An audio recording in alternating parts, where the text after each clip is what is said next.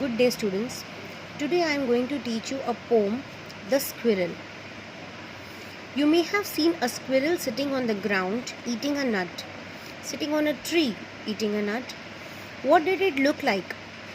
Here is the poet's description of just such a squirrel. As you can see, this is a squirrel. He is eating some nuts sitting on a branch of a tree. The poet describes,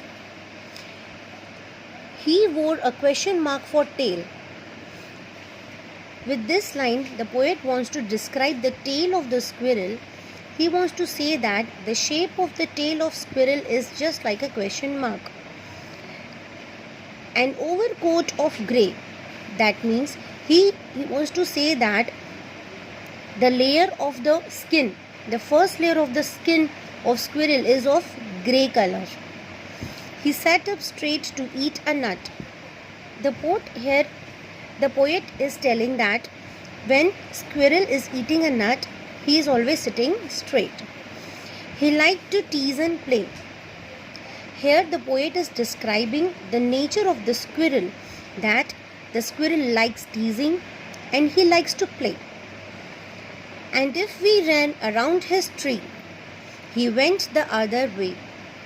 But when we are trying to catch him, when we are trying to catch the squirrel, he ran away.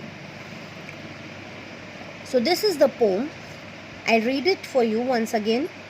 He wore a question mark for tail and overcoat of grey. He sat up straight to eat a nut. He liked to tease and play. And if we ran around his tree, he went the other way. So this is the poem. The poet's name is Mildred Bowers Armstrong. In short, the poet describes how the squirrel, covered in a grey fur, sits in an upright position on a tree branch eating a nut. His tail looks like a question mark.